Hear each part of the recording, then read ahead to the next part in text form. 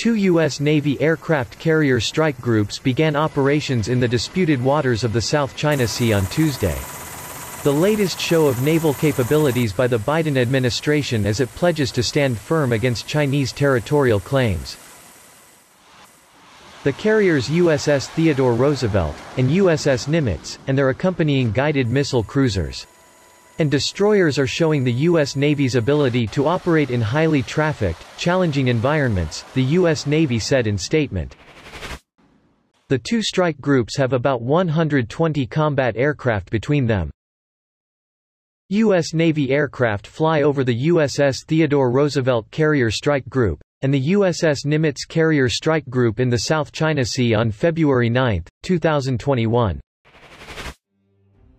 China claims almost all of the 1.3 million square mile South China Sea. Since 2014 it has transformed obscure reefs and sandbars into man-made artificial islands, fortified with missiles, runways and weapons systems, antagonizing governments with overlapping claims, including the Philippines, Vietnam, Malaysia, Indonesia, Brunei and Taiwan.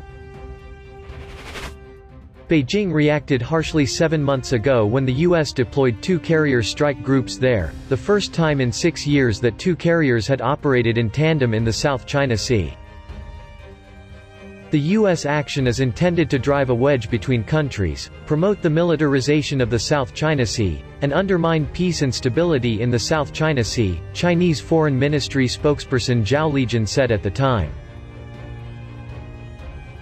In a speech Thursday, Biden described China as the U.S. most serious competitor, and outlined plans to confront Beijing's attack on human rights, intellectual property, and global governance.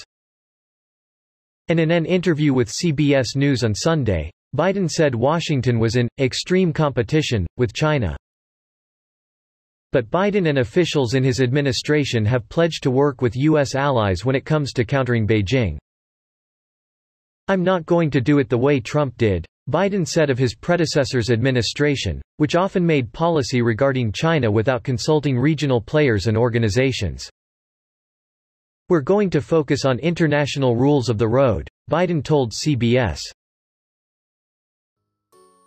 The U.S. Navy says it has been following international rules on 2 occasions in the past week as it challenges Chinese claims in the Pacific.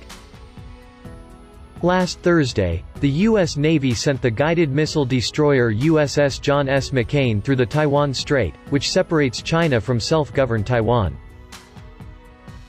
On Friday, the same warship steamed near the Chinese-claimed Paracel Islands in the South China Sea.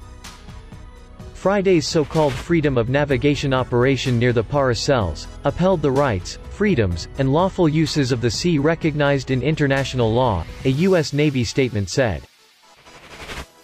U.S. Rear ADM.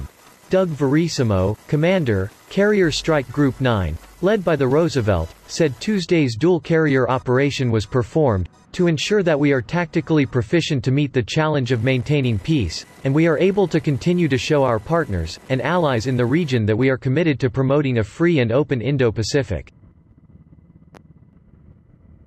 Since assuming office on January 20, the Biden administration has reaffirmed its commitment to U.S. allies and partners in the region, specifically letting the Philippines and Japan know that their islands also claimed by China are covered by mutual defense treaties that obligates Washington to defend them.